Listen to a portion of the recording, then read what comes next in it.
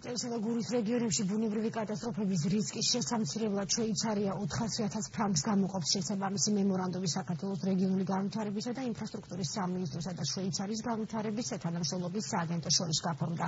შეთანხმების მიხედვით რეგიონული განვითარებისა და ინფრასტრუქტურის სამინისტროს და საავტომობილო გზების დეპარტამენტის შესაბამისი სპეციალისტები საფრთხებისა და რისკების რუკის შედგენის ტრენინგებს გაივლიან. შვეიცარიის თანამდებობასთან ჩვენი სამინისტრო რამდენიმე წელია თანამშრომლობს. დღევანდელი მემორანდუმის გამოწვევა ჩვენი ურთიერთობის კიდევ გაღრმავებას უწყობს ხელს და ამ მემორანდუმის გაფორმების შემდეგ შვეიცარიის განვითარების და ურთიერთობის თანამშრომლობის სააგენტო დაახლოებით 400,000 შვეიცარიული ფრანკის გამოყოფს გრანტის სახით აჭარის და გურის რეგიონებში პროვინციული ზონების გასატარებლად კატაკლიზმების შედეგად.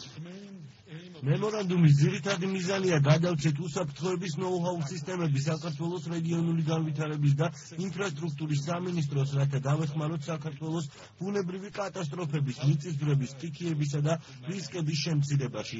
შვეიცარიას ამ სფეროში საკმაოდ დიდი გამოცდილება აქვს და ბევრჯერ დამდგარა იმ პრობლემის წინაშე, რომელიც საქართველოს ამ კუთხით აქვს. ჩვენ ვართ ბედნიერები, რომ მოგვეცა საშუალება ჩვენი ცოდნა და გამოცდილება გავუზიაროთ საქართველოს და დავეხმაროთ სტიქიების პრევენციაში, რაც უამრავი ადამიანის სიცოცხლეს საფრთხისგან დაიცავს.